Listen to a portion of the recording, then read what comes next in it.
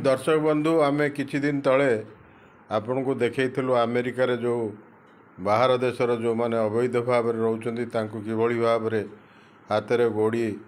हाथ रे कड़ी एवं पादरे बेड़ी अंटारे जंजीर लगे विभिन्न देश को अमेरिकन एयरफोर्स रो जो विमान अच्छी आनी ताकू केमती भारत रे छाड़ी जाइथिला एवं कोलंबिया रे मध्य ताकू नहीं बहुत समालोचना होता किंतु वर्तमान आमर यशस्वी प्रधानमंत्री नरेंद्र भाई मोदी अमेरिका गस्त करछंती सेठारे तांको भव्य स्वागत कराई धमाकादार भाषण मध्य से दौरान एवं अमेरिका सहित तांकर विभिन्न चुक्ति और बुझामणा मध्य हब लोक उत्सुकतार सहित अनैचंती एवं देखा जाऊ अमेरिका आसुथुवा प्रोडक्ट उपरे आमर जो टैक्स लगुची तापर से ताकू बढ़ाउचंती बा कमाउचंती अमेरिका को खुशी करने लगी लोक मैंने अपेक्षा करचंती अमेरिका रे एई भली भाव ताकू मध्य आमे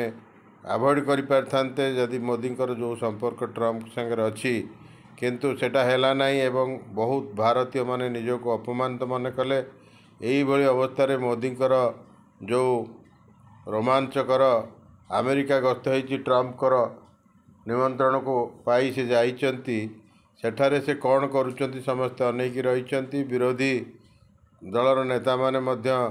मोदी को गिफ्ट की नहीं अनेक बसचंती बहु जगह मध्य समालोचना आसिलानी किंतु वास्तवता हकीकत कौन अच्छी ताहा जेतेबेले एमओयू साइन हब एवं ट्रम्प को सहित मोदी बसी आलोचना हब एवं निर्यास बाहर से आम जाना मोदी और ट्रम्प कर बंधुतार दुई देश को केते फायदा मिलूची भारत केते लाभवान होउची बा भारतर स्वार्थ केते